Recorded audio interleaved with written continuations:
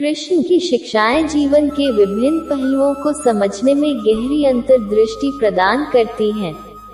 भगवद गीता के श्लोक का तात्पर्य है कि हमें केवल अपने कर्मों पर ध्यान केंद्रित करना चाहिए, परिणामों पर नहीं। ये हमें सिखाता है कि हमें अपने कर्तव्यों को ईमानदारी से निभाना चाहिए और परिणामों के प्रति आसक्त नहीं होना चाहिए। कृष्ण ने यहाँ कहा है कि सभी धर्मों और विधियों को छोड़कर केवल मुझ में शरण आओ।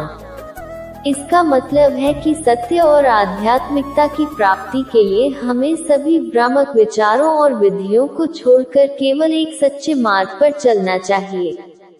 कृष्ण ने योग के माध्यम से कर्म करने की सलाह दी है, जिसमें व्यक्ति अपने कार्यों को बिना किसी भावनात्मक लगाव के निभाए।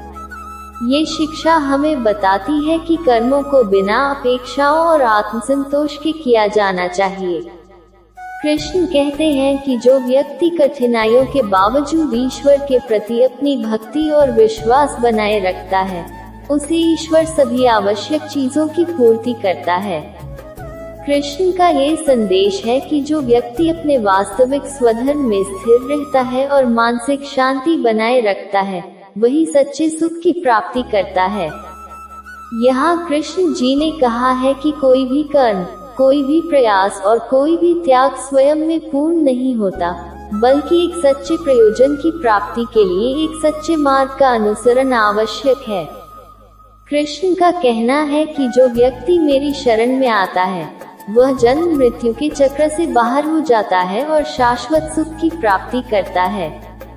श्री कृष्ण ने गीता में बताया कि धर्म के अनुसार कर्म करना सबसे महत्वपूर्ण है। कर्मण्येवाधिकारस्ते मा फलेषु कदाचन का तात्पर्य है कि हमें केवल कर्म पर ध्यान देना चाहिए, परिणाम की चिंता नहीं करनी चाहिए। श्री कृष्ण जी कहते हैं कि भक्ति योग, ज्ञान योग और कर्म योग है। आत्मा की सच्ची पहचान और ईश्वर की भक्ति के माध्यम से जीवन को संतुलित और सफल बनाया जा सकता है। श्री कृष्ण ने सच्चे प्रेम और भक्ति के महत्व को समझाया। उनका जीवन और उनके संदेश भक्ति और प्रेम की शक्ति को उजागर करते हैं। श्री कृष्ण ने संसार की अस्थिरता को समझते हुए मनुष्य को आध्यात्मिक उन्नति की ओर प्रवृत्त किया।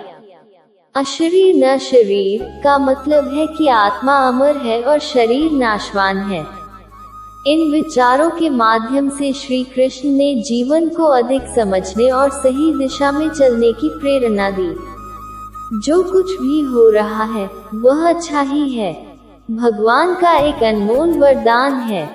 हम जो भी कर्म करते हैं उसे हम अपने कर्म के रूप में स्वीकार करें, लेकिन अपने कर्म के परिणाम को भगवान पर छोड़ दें। मनुष्य को अपनी स्थिति से प्रेम करना चाहिए और जो भी हो उसके लिए खुश रहना चाहिए। सच्चे प्रेम और भक्ति के बिना कोई भी धर्म या पूजा प्रभावी नहीं होती।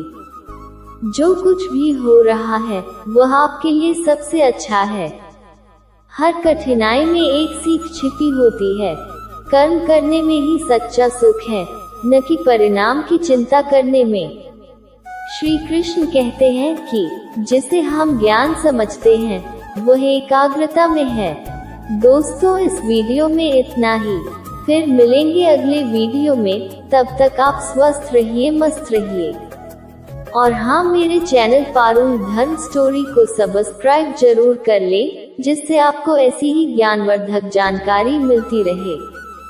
जय श्री कृष्ण। राधे राधे।